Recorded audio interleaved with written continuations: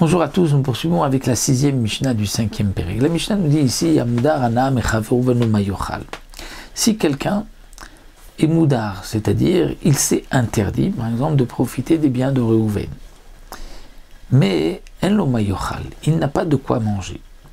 Et Réhouven a, de certaine manière, un peu pitié de lui. Il veut l'aider. Alors, notno le acher le shumatana. Réhouven peut donner à quelqu'un, nous dire, tiens, Shimon, prends ça, à la moutarba. Et l'autre, qui s'est interdit les biens de Réhouven, pourra profiter, puisque ça n'appartient plus à Réhouven.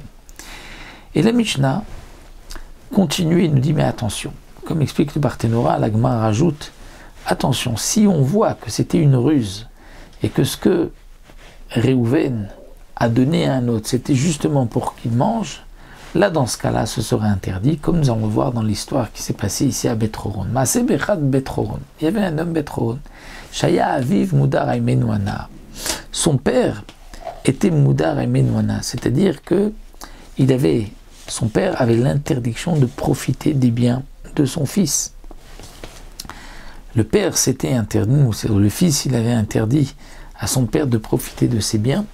Vayamasi et Beno, et le fils allait marier son propre fils, donc il s'est dit comment faire maintenant pour que le grand-père puisse profiter et venir manger à la Seouda. Vamar le Chavero. Donc cet homme-là a dit à son ami, Chatser ou Seouda ne tenim lecha matana. C'est-à-dire la cour et la Seouda t'est donné en cadeau. Ve'enam lefanecha la kreshi avoaba ve'yochal iman baseouda. Et donc son intention était que ce n'est que pour que son père, mon père, puisse venir manger et profiter de la Seouda. Alors à Marlo, celui qui reçoit donc la cour et la Seouda dit, ah, Imsheli, c'est à moi, alors Arei Mukdashim Hashem, je l'offre au ciel. Donc c'est Ekdesh, allez, plus personne ne peut en profiter. À Marlo, celui qui donc allait marier son fils, il dit, attends, lo natati et chili, je t'ai pas donné pour que tu fasses Ekdesh, je te l'ai donné, mais pour qu'on puisse continuer d'en profiter, pas que tu offres tout au Ekdesh. À Marlo, je comprends. En vérité, ce n'est pas que tu me l'as donné parce que tu voulais me le donner.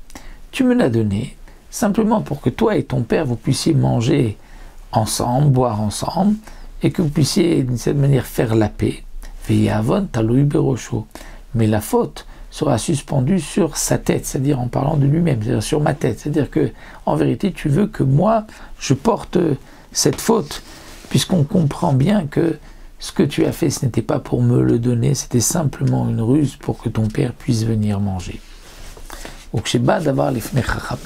Lorsque l'histoire a été rapportée aux Chachamim, Amrou, ils ont dit, Kol matana she'ena, shimigdisha ena mekudesh etena matana. Tout cadeau, que si celui qui reçoit le cadeau veut l'offrir, veut le donner au Ekdesh, et il ne peut pas, ce n'est pas un cadeau. Un cadeau, c'est lorsque il lui donne, mais qu'il lui donne aussi la possibilité, s'il veut d'en faire, et de l'offrir, de faire un Ekdesh. Donc comme les Mefarshim nous disent, même s'il ne dit pas, mais fourrage, je te le donne pour que mon père puisse venir, mais si on comprend que c'est son intention, ça ne marche pas. Il faut que ce soit une matana gmura, que si celui qui reçoit le cadeau est prêt même à l'offrir au Hekdesh et que l'autre ne dira rien, alors dans ce cas-là, ce sera une véritable matana et le père pourra en profiter. Sinon, il ne pourra pas puisque ça reste sa propriété. Il veut simplement que son père puisse venir manger. Nous avons terminé le 6e Pérec. On se retrouvera pour Bezrat Hashem. 5e Pérec, nous avons terminé. On se retrouvera pour le 6e Pérec.